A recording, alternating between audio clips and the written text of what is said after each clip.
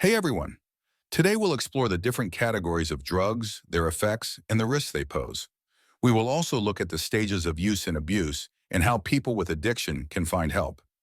Each drug category impacts the body and mind differently, from altering perception and mood to changing physical processes. Knowing these categories can help us understand the dangers associated with each type. Drugs are substances that change the structure or function of the body or mind. They fall into two main categories: regulated and non-regulated. Regulated drugs include those prescribed by a doctor, like antibiotics or pain relievers, and they're safe when taken according to prescription guidelines. Over-the-counter drugs like Tylenol or allergy medication also fall under this regulated category and are generally safe if used responsibly. On the other hand, we have non-regulated drugs, which are often illegal. These psychoactive drugs alter brain function, affecting perception, mood, and consciousness. Common examples include stimulants, depressants, narcotics, and hallucinogens. The risks increase significantly with these drugs, as their effects are often unpredictable and can lead to serious health issues. Our bodies communicate through signals passed between nerve cells called neurotransmitters. Drugs can interfere with this process by either increasing or decreasing neurotransmission. Each neurotransmitter affects a specific part of the brain, impacting things like mood, alertness, and physical sensations. For example, stimulants increase neurotransmission, boosting energy and focus, while depressants slow it down, leading to relaxation and drowsiness. This interference with neurotransmitters is a key reason why drugs affect us so profoundly. Marijuana is unique because it doesn't fit neatly into any one category.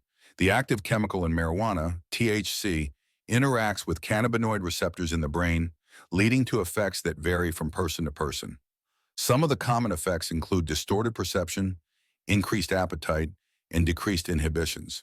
However, marijuana can also cause issues with thinking, memory, and coordination. There's even a condition known as a motivational syndrome, where prolonged use can lead to a lack of motivation and energy. Stimulants are drugs that speed up the central nervous system, increasing alertness, attention, and energy.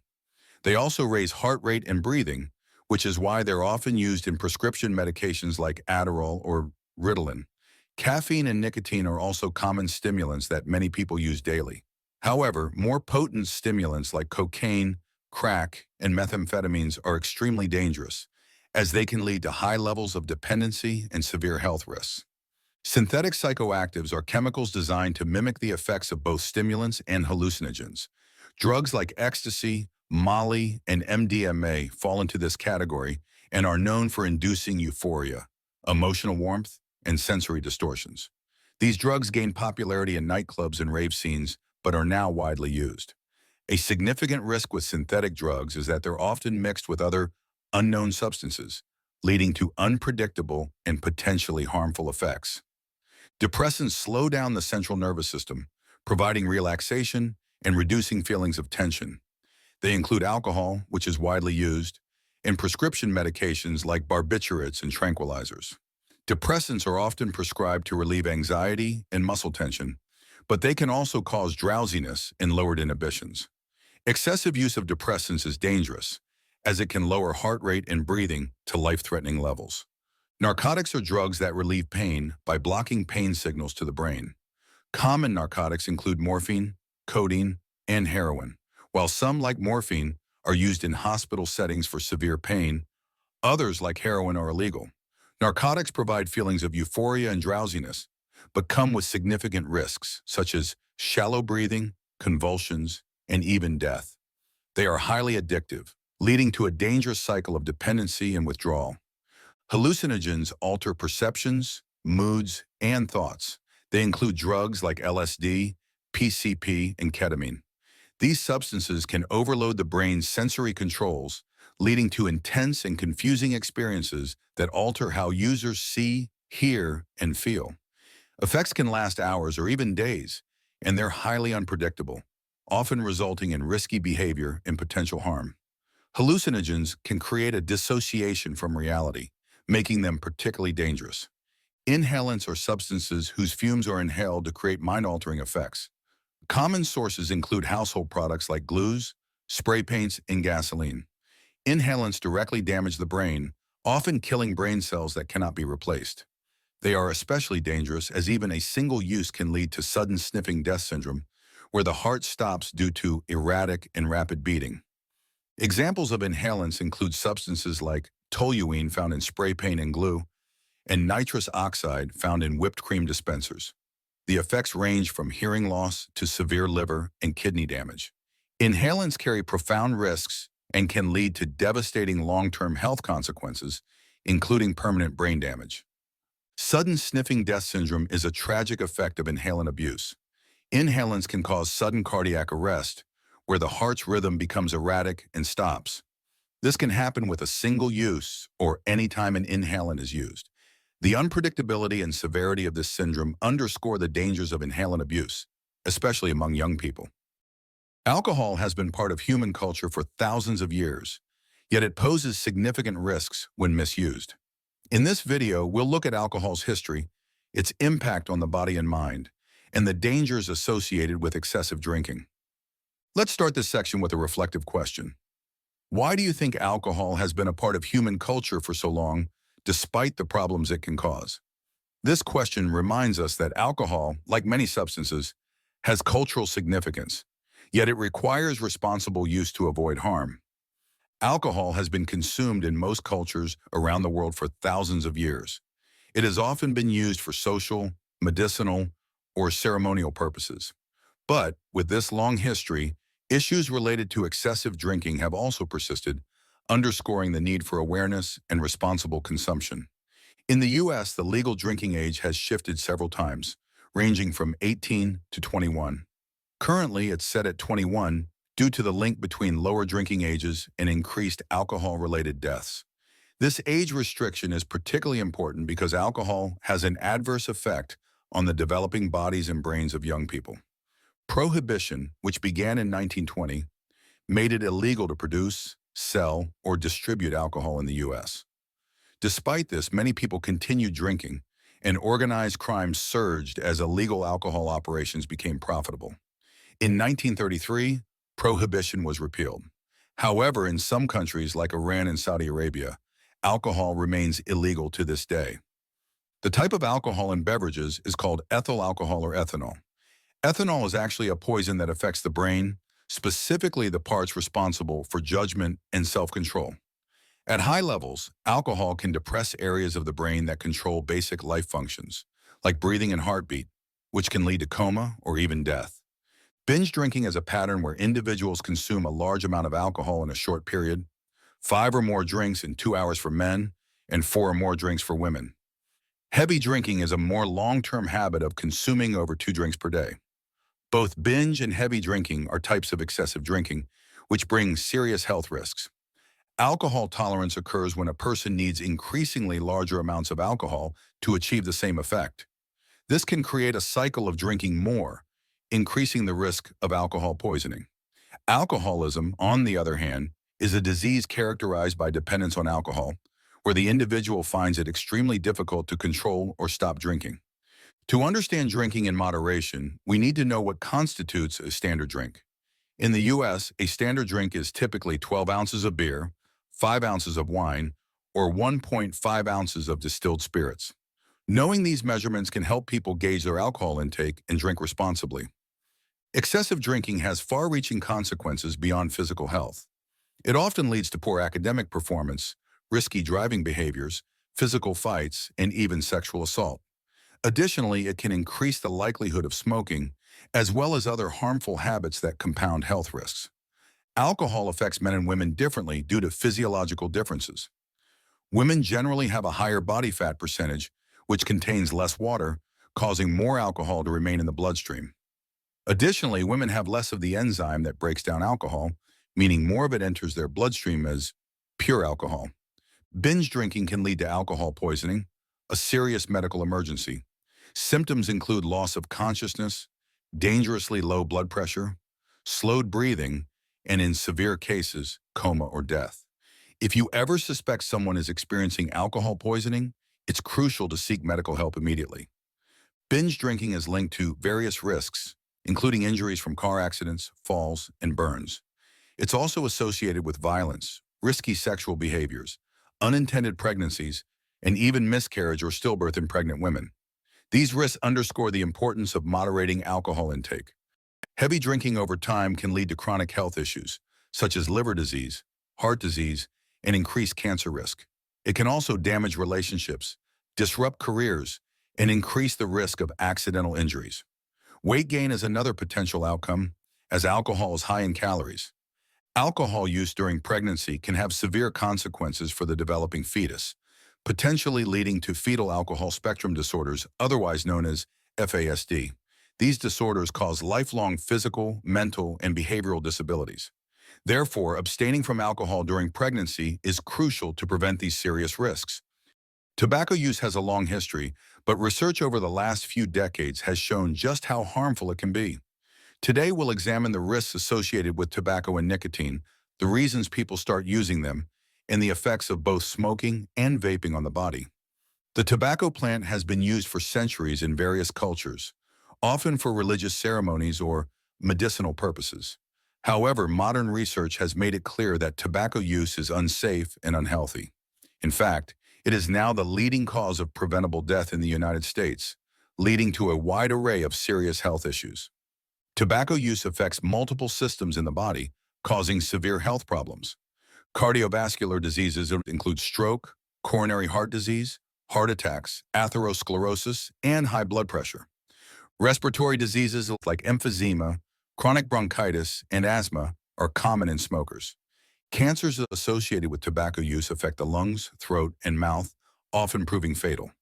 These risks highlight the profound impact smoking has on the entire body. Smoking doesn't just damage internal health, it also changes one's outward appearance.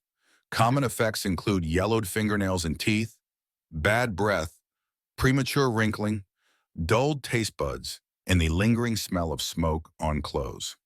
These visible changes can serve as early warnings of the damage happening inside the body. Secondhand smoke, also known as side stream smoke, exposes non-smokers to the same harmful chemicals as smokers. This means that friends, family members, and bystanders inhale the same toxins, including nicotine, increasing their health risks even if they aren't smoking themselves. Smoking during pregnancy can harm both the mother and the developing baby. Babies exposed to tobacco are at a higher risk for health issues, including sudden infant death syndrome, SIDS, low birth weight, and developmental problems. This is why quitting smoking is critical for expectant mothers and those around them. People start smoking or vaping for various reasons, such as wanting to fit in with friends, imitating celebrities, or simply out of curiosity. Some may smoke as a form of rebellion or because they have family members who smoke. Advertising can also play a significant role, making smoking or vaping appear attractive or trendy. Nicotine is the addictive substance found in tobacco products. When inhaled, it enters the bloodstream and reaches the brain in just 10 seconds. This rapid delivery is what makes nicotine so addictive, leading users to crave more and making it challenging to quit. Originally, e-cigarettes were marketed as a way to help people quit smoking, but the FDA has not approved them for this purpose. E-cigarettes produce an aerosol that contains nicotine, flavorings, and other chemicals. Users inhale this aerosol, which can also affect bystanders through secondhand exposure. Vaping carries its own set of risks, which we'll explore next. Vaping comes with immediate side effects such as a scratchy throat, cough, dizziness, dry mouth, headache, heart palpitations, and shortness of breath. These symptoms indicate the body's reaction to foreign chemicals in the respiratory system and should serve as warnings against continued use. Long-term risks of vaping are severe and can include nicotine addiction, lung injury, seizures, and even conditions like popcorn lung, which causes irreversible damage to the airways. Vaping also increases the risk of strokes, heart attacks, and chronic lung disease, underscoring the dangers of prolonged use. Popcorn lung is a serious and irreversible lung condition officially known as bronchiolitis obliterans. It occurs when inhaled chemicals cause the small airways in the lungs to become scarred, making breathing difficult. This condition was first identified among workers in popcorn factories who inhaled flavoring chemicals, but it is now associated with certain vaping products. Nicotine stimulates the adrenal glands, causing a release of the hormone epinephrine, which raises heart rate, breathing rate, and blood pressure. This stress response also releases glucose, raising blood sugar levels. While users may feel a temporary sense of alertness, this is accompanied by significant strain on the body's systems. Nicotine increases dopamine in the brain, affecting the reward and pleasure centers. This effect is similar to what happens with other addictive drugs like cocaine or heroin. Over time, the brain undergoes changes that reinforce addictive behavior, making it difficult for users to quit despite the negative consequences.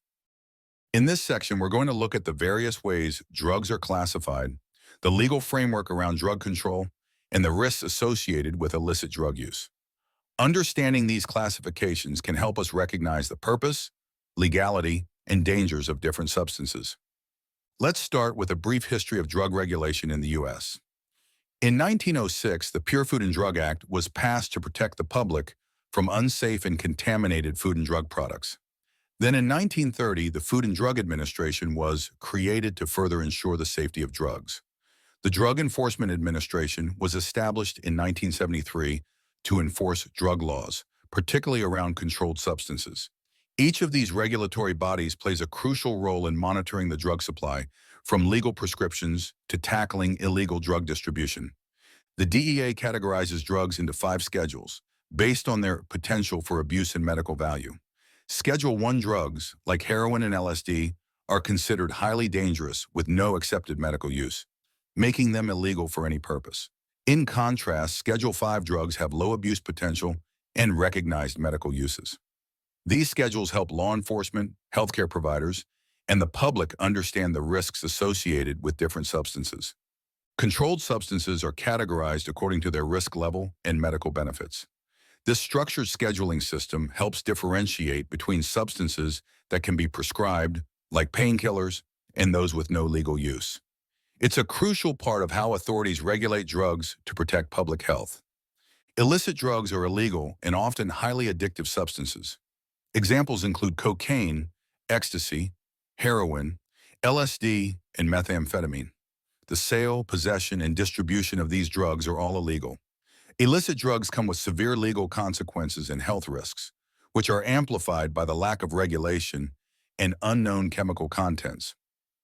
Marijuana has a unique legal status in the U.S. While it remains a Schedule I drug under federal law, many states have legalized it for medical and, in some cases, recreational use. This creates confusion between state and federal laws, complicating law enforcement efforts. The conflicting regulations underscore the ongoing debate surrounding marijuana's legal and medical status. Because of this confusion, the Justice Department is in the process of rescheduling marijuana from Schedule I to Schedule III. One of the biggest risks with street drugs is that they're often misrepresented, meaning users may not know what they're actually consuming. Without any professional monitoring, there's no way to ensure safety. The effects of these drugs can impair judgment and decision-making, leading to high-risk behaviors that pose dangers not only to the user, but also to others around them. Illicit drug use can have serious physical, emotional, and social consequences. Users might suffer harm from unsafe injection practices, experience emotional distress, and make poor judgments while under the influence. It's important to remember that the risks extend beyond health, impacting relationships, education, and employment. Drug abuse often leads to dependence and addiction. Dependence occurs when a person needs the drug to function, while addiction involves compulsive use despite harmful consequences. Tolerance, another issue, means that users require larger doses over time to achieve the same effect. These conditions lead to withdrawal symptoms when users attempt to quit, making it challenging to break free from dependency.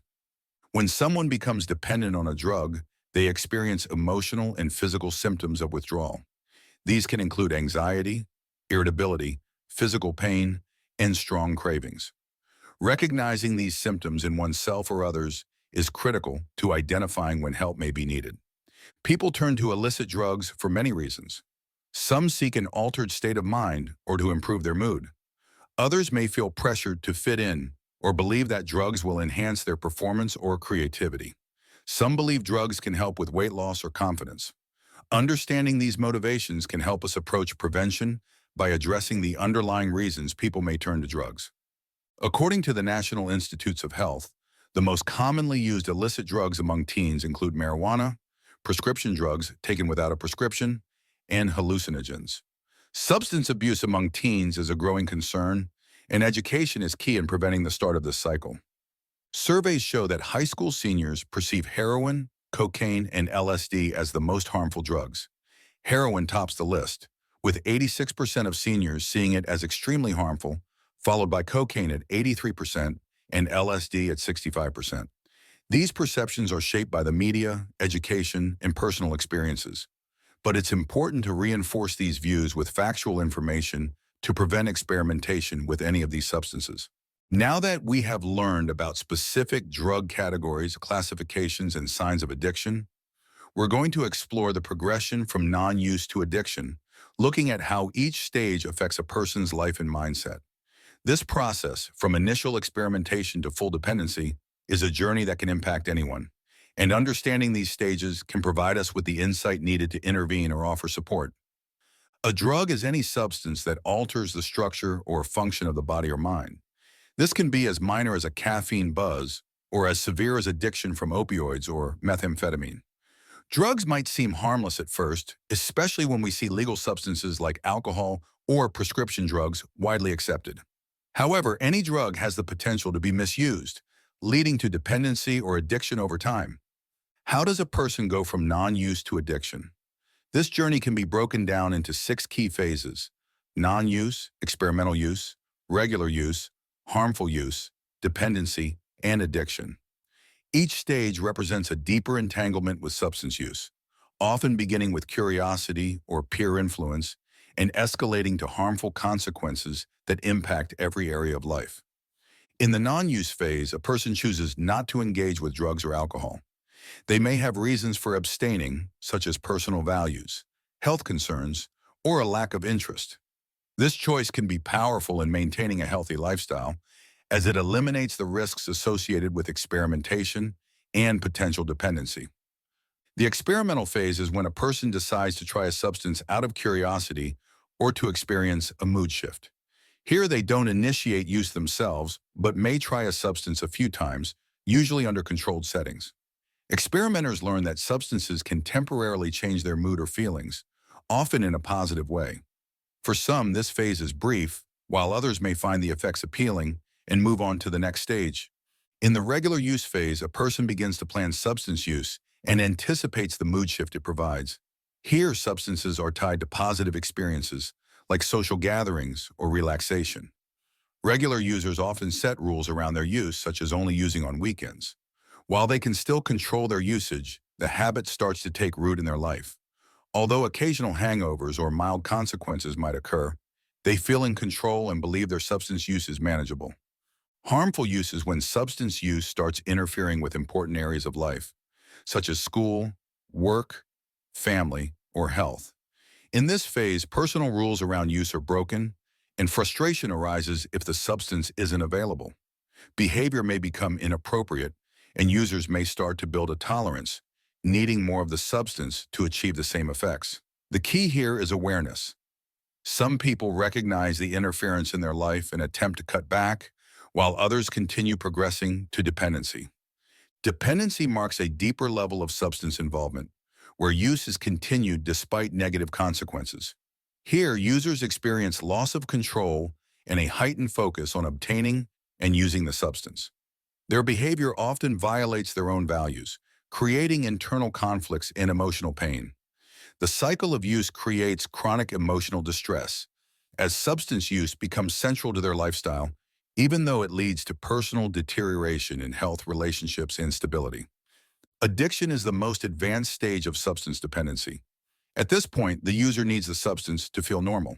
Physical addiction may be present, along with paranoid thinking, and a strong sense that the substance is their only source of stability. They may feel powerless over their usage, unable to control their substance use even when they wish to stop. At this stage, professional intervention is often necessary to prevent life-threatening consequences. Recognizing the red flags of harmful substance use is essential. These include noticeable changes in school or job performance, family relationships, friend groups, or even encounters with the law. If a person exhibits two or more of these signs, it may be time to approach them with concern or offer support. Early intervention can be life-saving, offering a path back before addiction fully takes hold. In understanding the stages of use and abuse, we can better recognize when to step in, whether for ourselves or for others. This knowledge empowers us to break the cycle before it reaches harmful or life-altering stages. Thank you for watching, and I hope this video sheds light on the complex journey from non-use to addiction.